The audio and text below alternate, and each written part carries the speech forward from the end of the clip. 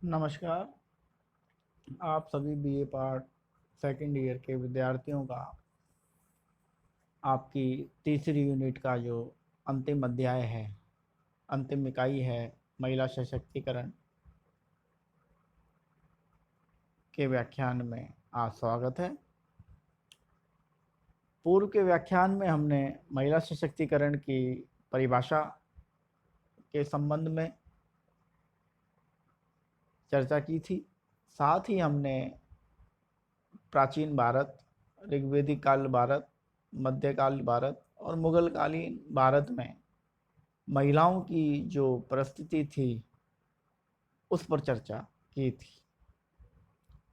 आज हम औपनिवेशिक भारत अर्थात भारत पर जब ब्रिटिश हुकूमत का प्रभाव पड़ा और 16वीं शताब्दी के पश्चात मुगलों की सत्ता कमज़ोर होने लगी और ब्रिटिश शासन व्यवस्था स्थापित हुई, तो ब्रिटिश शासकों ने भारत को अपना एक उपनिवेश बनाया और भारत का आर्थिक शोषण किया। ऐसे समय में भारत में पश्चिमी संस्कृति का प्रभाव पड़ने लगा और महिलाओं की जो परिस्थिति थी वो पश्चिमी संस्कृति के अनुरूप परिवर्तित होने लगी और महिलाओं का जो स्तर था उसमें सुधार आने लगा। समाज सुधारकों और ब्रिटिश साम्राज्य का ध्यान भारत में व्याप्त कुछ कुप्रथाओं पर गया, जिनमें सती प्रथा, बाल विवाह, दासिता, बाल हत्या जैसी सामाजिक बुराइयां थी और इन सब के निवारण हेतु ब्रिटिश शासकों ने कानून बनाए। बालिकाओं के लिए विद्यालय शिक्षा की व्यवस्था की गई, अर्थात विद्यालय खोले गए और अनेक कानूनी प्रावधान महिलाओं के स्तर को सुधारने के लिए ब्रिटिश शासनकाल में किया गया। इन कानूनों के अंतर्गत 1789 में बालिका हत्या को हत्या घोषित कर दिया गया, अर्थात जो भी बालिका किसी घर में जन्म लेती है या उसकी हत्या की जाती है तो उसे हत्या की श्रेणी में रख दिया गया। 1829 में सती प्रथा के उन्मूलन के लिए अधिनियम बनाया गया, अर्थात सती प्रथा को भारतीय समाज से पूरी तरीके से हटा देने के लिए कानून बनाया गया।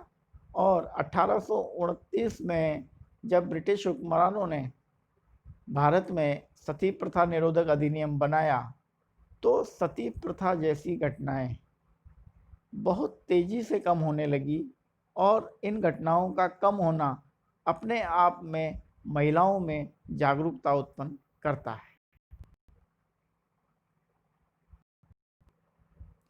इसके पश्चात 1856 में हिंदू विधवा पुनर्विवाह अधिनियम बनाया गया, अर्थात विधवा महिलाओं को भी पुनः विवाह करने के अधिकार इस अधिनियम के माध्यम से दिए गए।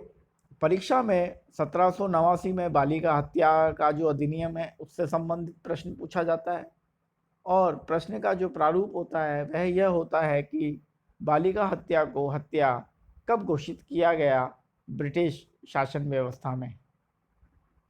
सती प्रथा उन्मूलन का अवधि भी पूछी जाती है कि कब सती प्रथा उन्मूलन अधिनियम बना और इसके अलावा हिंदू विधवा पुनर्विवाह अधिनियम कब पारित हुआ, तो यह 1856 में है।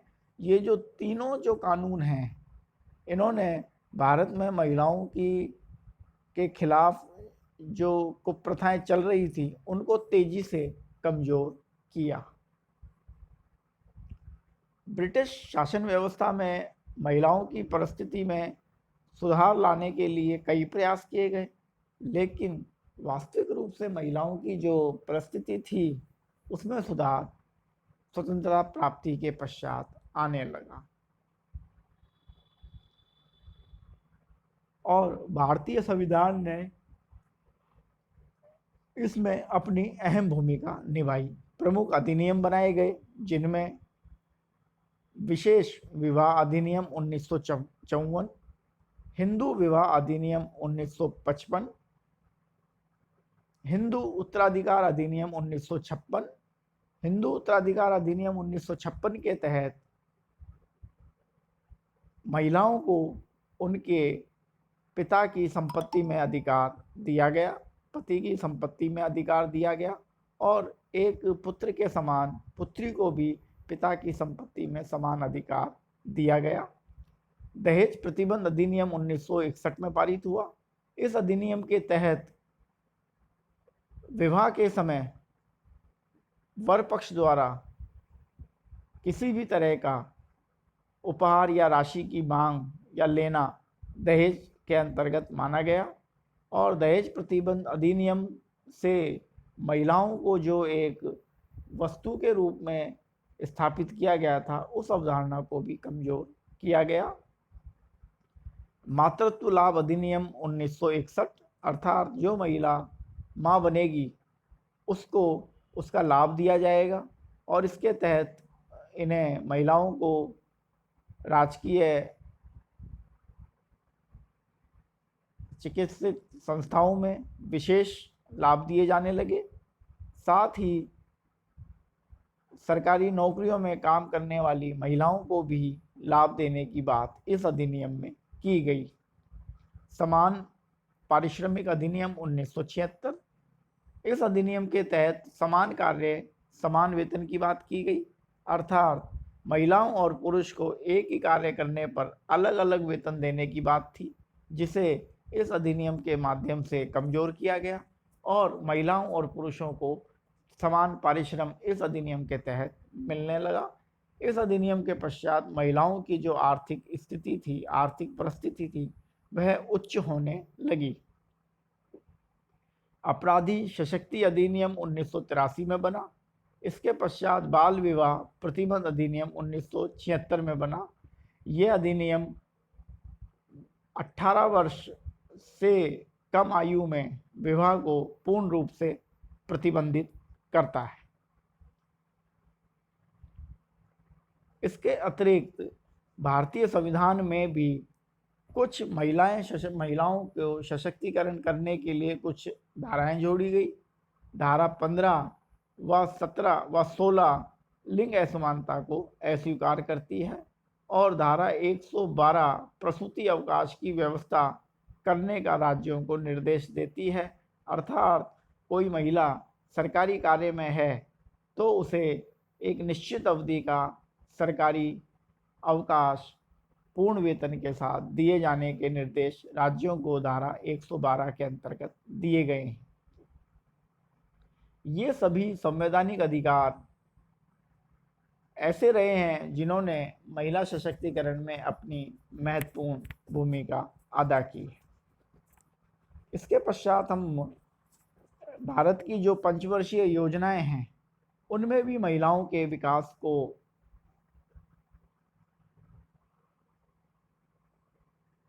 ध्यान में रखकर निर्मित किया गया है, और इसीलिए जो 1970 का दशक था वह भारतीय समाज में महिलाओं के कल्याण पे विशेष जोर देता है। 1980 का जो दशक है वह महिलाओं के विकास पर जोर देता है, और 1990 का जो दशक है वह महिलाओं के सशक्तिकरण पर जोर देता है, अर्थात एक सुनियोजित नीति के तहत भी महिलाओं को पहले कल्याण के रास्ते से विकसित किया, मजबूत किया गया, फिर विकास के माध्यम से मजबूत किया गया, और फिर उन्हें एक बहुआयामी अवधारणा सशक्तिकरण के माध्यम से सशक्त करने का प्रयास किया गया। इस तरह जो आपके पाठ्यक्रम में महिलाओं से संबंधित जो अवधारणाएं हैं उनका अध्ययन हमें परीक्षा के दृष्टिकोण से करना है। पिछले व्याख्यान में मैंने आपको व्हाट्सएप पर एक पीडीएफ उपलब्ध करवाया था जिसमें सेकंड पुस्तक से संबंधित जो पुस्तकें हैं उनके लेखकों से मैंने आपको अवगत करा दिया, कुछ विद्यार्थियों द्वारा यह मैसेज मुझे बार बार किया जा रहा था कि सेकंड ईयर में जो पुस्तकें हैं उनके बारे में मैं आपको जानकारी उपलब्ध कराऊं। तो 2 दिन पहले जो मैंने आपको पीडीएफ भेजा है व्हाट्सएप ग्रुप पर, उस पे मैंने पुस्तकें बताई हुई हैं सेकंड ईयर में जिन पुस्तकों से आपको अध्ययन करना है। इन पुस्तकों के अध्ययन के आधार पर आप महिला सशक्तिकरण से संबंधित अपने नोट तैयार करेंगे। इन नोट्सों के क्रम में मैं आपको स्पष्ट कर दूं कि आपको नोट्स अपने रजिस्टर में संधारित करने हैं। भविष्य में जब कक्षाएं महाविद्यालय में चालू होती हैं तो आपको इन नोट्सों को मुझे जांचने के लिए देना है। अगर मुझे इसमें कोई संशोधन करने होंगे तो मैं आपको संशोधन करूंगा। अतः वीडियो ई कंटेंट के माध्यम से, इन पुस्तकों के माध्यम से आप अपने लेक्चर तैयार करें, आप अपना नोट्स तैयार करें और इन नोट्सों का भली प्रकार से अध्ययन करें, क्योंकि आपके जो परीक्षाएं हैं वह फरवरी मार्च में हो सकती हैं। अतः आपको तैयारी करनी होगी। और महिला सशक्तिकरण से संबंधित जो एक छोटी सी अवधारणा अब आपके पाठ्यक्रम में रह जाती है वह है कन्या भ्रूण हत्या या भ्रूण हत्या। कन्या भ्रूण हत्या और भ्रूण हत्या दोनों में अंतर है। विद्यार्थी इन्हें एक ही समझ लेते हैं। भ्रूण हत्या माँ के गर्भ में जब भ्रूण होता है और अल्ट्रासाउंडिंग मशीन या अन्य माध्यमों से जब ये पता कर लिया जाता है कि उसका लिंग क्या है, और अगर लिंग स्त्री होता है तो माता के पेट में ही अल्ट्रासाउंड या अन्य विधियों के माध्यम से उस भ्रूण को नष्ट करना भ्रूण हत्या कहलाता है। कन्या भ्रूण हत्या